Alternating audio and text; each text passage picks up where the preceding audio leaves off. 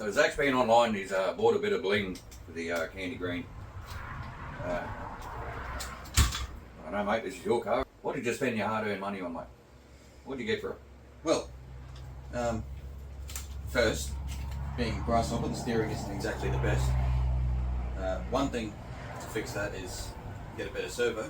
This is just a 25 kilo steering servo off Banggood, and most of it is also the slot. Yeah, this is the slot we're getting out of the. This isn't actually out of the servo saver. This is out of the spline on the servo itself. I don't even know what servo we put in this. I think it was just one that we found in the door. We plugged it into the tester and it worked, so we used it. And so, yeah, good upgrade. Nice high torque servo. There's probably a bit of overkill for Grasshopper, but these are pretty much the only servos you buy now unless they don't fit into a particular car. What else did you get? Well, another thing on the Grasshopper that's pretty infamous is the pogo sticks. So, we bought some alloy oil dampers, and they're also green. Green, to match the candy green. Very nice. Be good to see how they turn out. And to go with the green of the body and the green shocks, we've also got nice, very nicely packaged. Green alloy rims. Green alloy rims. Very pretty. See them in a bit more detail in a minute. Oh mate, one other thing. What did you get? The Hornet rear tyres. Hornet rear tyres. Better traction. Yep, and they look better. They do look better. Obviously, these aren't the original rear tyres. These are off the Pajero, the late re-release. The re-release new Pajero, new from a few years ago. One thing we've already done to this car is this. Grasshoppers don't do that.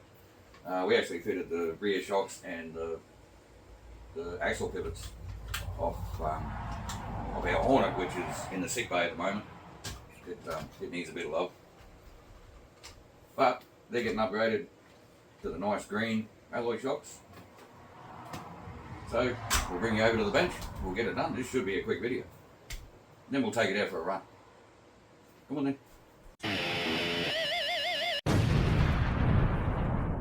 So what do you want to do first, mate? Probably do the wheels first. Do the wheels, yeah. I want to see those wheels. And we'll put that away for a minute. Check this out, guys. These weren't expensive either. What'd you pay for these, mate? Can't quite remember, but it was either $30, $40 maybe, Australian. Really? Either that or that might have been the shocks. These may have been $70 or $80. Yeah, right. But they're packaged really, really nice. You get hex hardware too. Bonus. You get all your spacers for the rear wheels. We've never built alloy wheels like this before. Mark F and R. I'll have to look at the book and see what that means. Oh, they are packaged well. Oh, come on.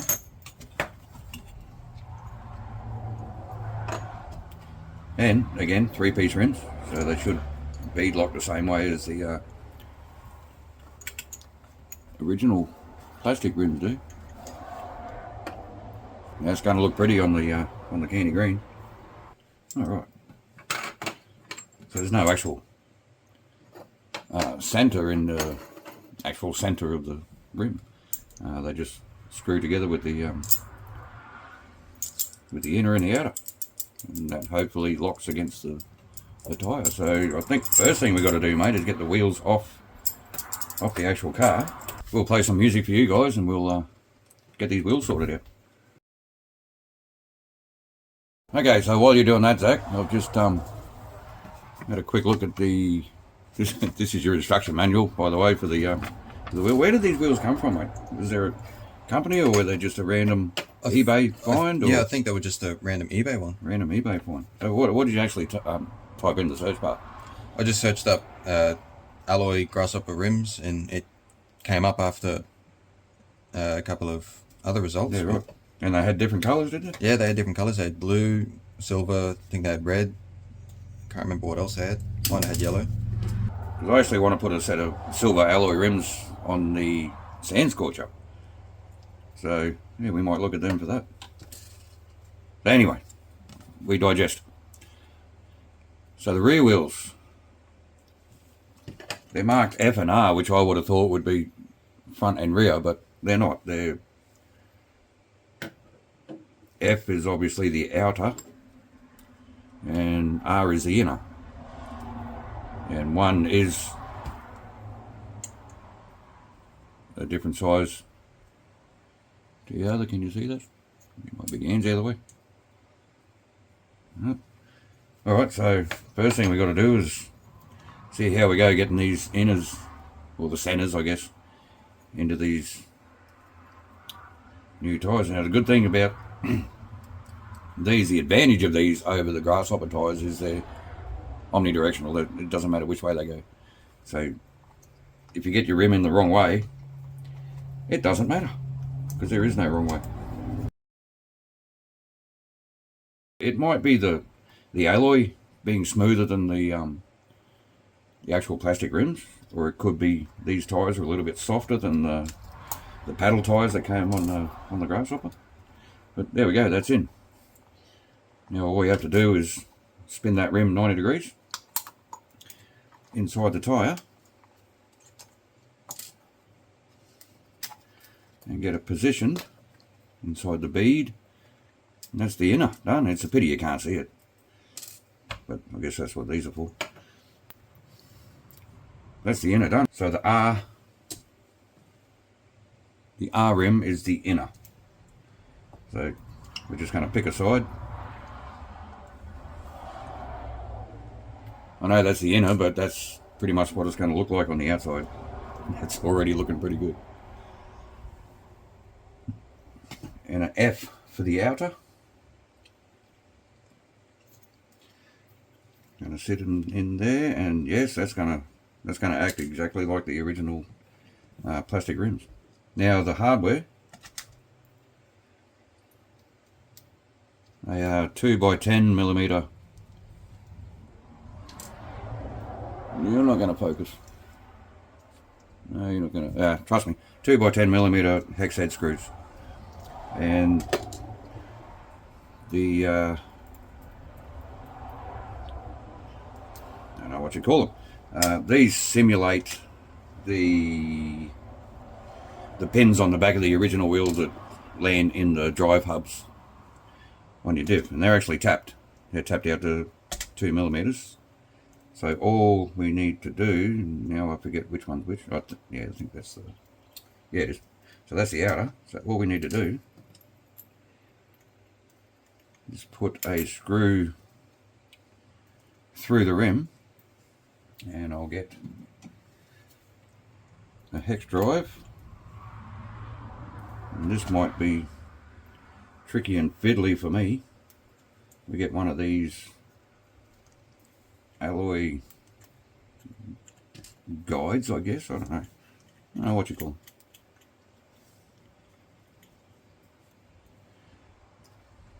Screw that in, and hopefully once they're all in, they should line up with the drive hubs. Let me show you. These are the drive hubs here on your Grasshopper. So they should marry up to them, and that'll give you a positive lock with your wheel. So we'll get that done and we'll come back. Okay, since we're blinging up the old candy green Grasshopper, these are the front tyres we've been running on the car. Zach's been running on the car. There's nothing wrong with them. They're a tiny bit worn down, but really not much. But since we've got brand new alloy rims, brand new rear tyres, nice green alloy shocks, I'm just going to go and give these a bit of a bath. Zach, you do the rear wheels, I'll go and clean some tyres.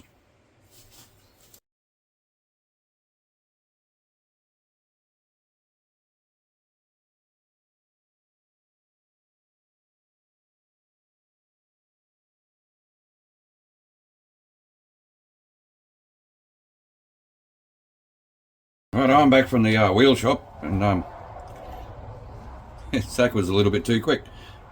He's put the rears together. They look good, mate. They look really good. The front tyres, I just gave them a scrub and some hot soapy water. Blew them out with the air compressor and then gave them a coat with some silicone spray. So they'll come up alright. So now we can do the front wheels. So I reckon this can be a team effort, mate. So you take one, I'll take the other. We'll have a bit of a race. What do you reckon? Ready, set, go. Okay, Zach won. No, let's get the rest together. You can do the screws, mate, because they're just too small and fiddly for me. These inners and outers,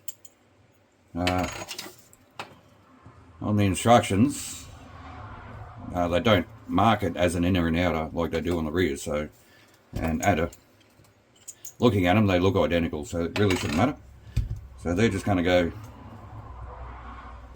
one on one side, one on the other, line them up. Line them up.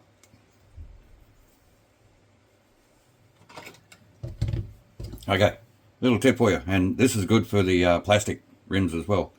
I've got a piece of 2mm threaded rod.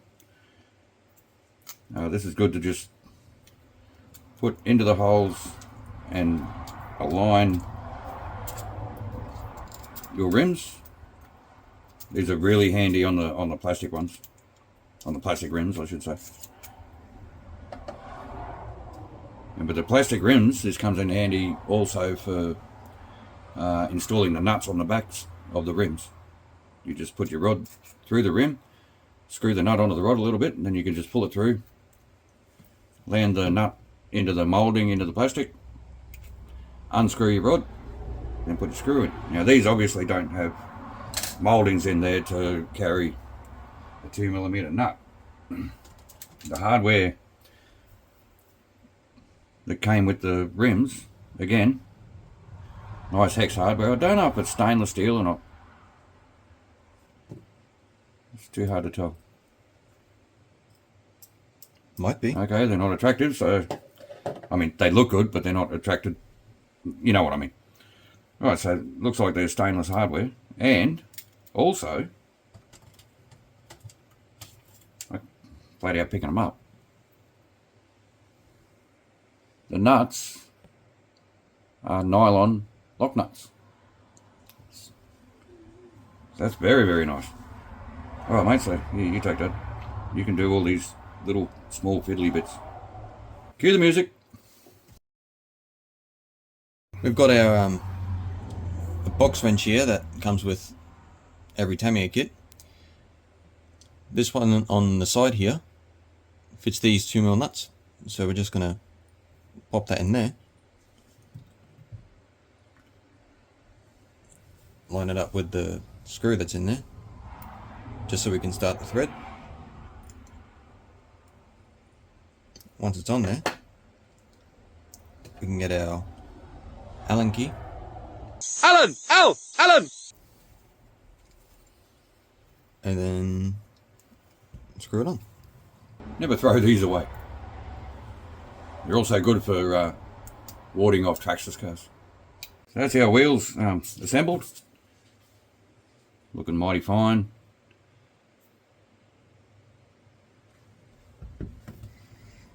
There's our fronts. Let's get this body off. Okay, so onto the servo. We're going to reuse this servo saver for now. I think we might upgrade that to an alloy high torque servo saver later on. So let's do that. So new servo tester, our little time bomb. We'll just plug this in.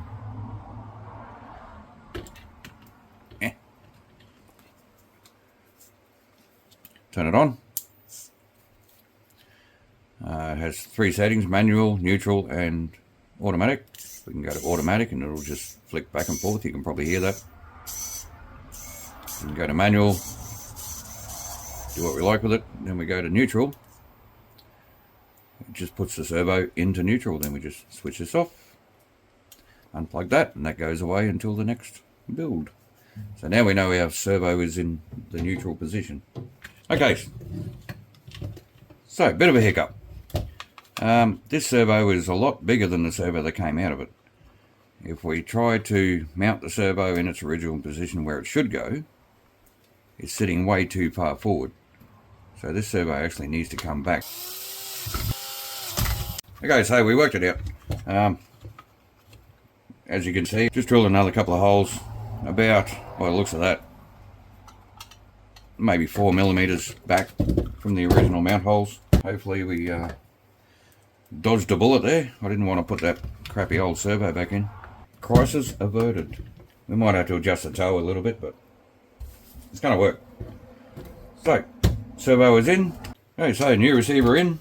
Okay, so cable's tied it up. Now, a smart man would have probably plugged everything in and tested everything first. But I am not a smart man. Time for shockies. Now, these are really good looking shocks. I don't know if they're really good operating shocks. These are just the cutest little things too. Have a look. I'll take one of these O-rings. Slide that over the top shaft there. Just slide that. There, see, with that O-ring. Okay, this is going to be a team effort. With that O-ring, the groove for the E-clip isn't showing through the chassis mount. Now without the O-ring, there's way too much of a gap, so that's going to be a loose fit without the O-ring. So I think what we're going to have to do is fit the O-ring. I'm going to have to compress this O-ring in the mount, and Zach's going to have to come in with the E-clip and try and fit it. Right, so I'm just compressing that O-ring. There should be just enough room to slide that E-clip on, and just with a pair of pliers, and then send the E-clip flying across the other side of the room.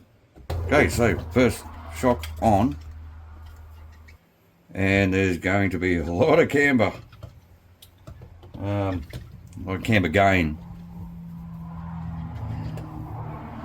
out of the shock. But hey, they're going to look good. So next one, that is our front oil damper shocks. They do have oil in them. We did check, but they really don't feel great. But we'll see how they go. We might take them off later on and fill up the oil and maybe get some air out of them. I don't know. For the moment, it's all about looks. So rear shocks, we're going to take these off, and then next time you see it, it'll have pretty green shocks on the back. Hey, nice green shocks on the candy green. Right, so body back on, and we can mount the wheels, and we are done. All right. Well, we'll see how it actually performs with those shocks. I don't know if you're going to get any kind of performance increase with anything that you do with a Grasshopper. I mean, it is a Grasshopper. They're supposed to be goofy and bouncy and not very good to drive. But at least you got some aesthetics there. The nice green shocks to match the green body. Now, for the really cool part. Here we go, guys. Alright, so first thing, it looks great. Especially with these spike tyres from the Hornet. I love these tyres. That rear tyre doesn't look too good, but we had trouble fitting this one actually. So if you're going to buy aluminium upgrades, spend a bit more money than we did. Does look good, except for this. I think that looks pretty good. The candy green, green wheels, green shocks.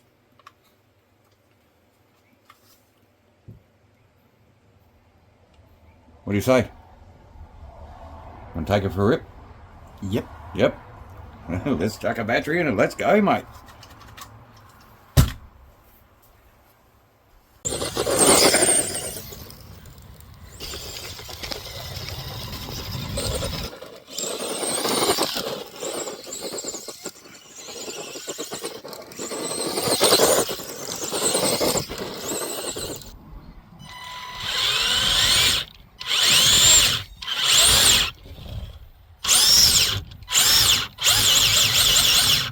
Alright, these rear rims, they look great, but there is a problem. The inner geometry is slightly different than the plastic Tamiya rims, and as a result, I'm applying no pressure there, but I can spin the rim inside the tyre, which is no bueno. It's no good. You'll get no traction with that. So we've come up with a fix. Now check this out. I'll just shove these couple of screwdrivers through the rim so I can hold it. I can not turn that tyre on that rim now. A very simple, easy fix. No super glue required. Right, so let's get this wheel apart and we'll show you how to fix it. Right, so the rim's taken apart. We have the F and the R. That makes no sense to me. The deeper dish is the outer of the rim. That's the one that's going to sit on the outside with your nut on it. Right? So what you want to do is just take an O-ring. This is 22 millimeters inside diameter and a 2.5 millimeter thick, just a black rubber nitrile. I don't know what they're made of. Just a standard black rubber O-ring. And all we're going to do is put it over the inner rim, because what happens, if you can see, this is the inner here, you end up with a bit of a gap between the rim and the tyre bead. So if you put it on the inner, you get that gap, and the outer still looks like it's pulled into the tyre bead. So that's just more for aesthetics. But now it's a bit of a tight fit, but they do go on.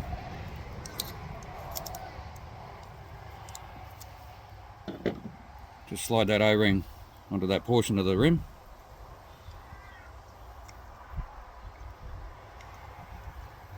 And put your rim back together. Now all we need to do now is Loctite all of these round portions that lock onto your drive hubs.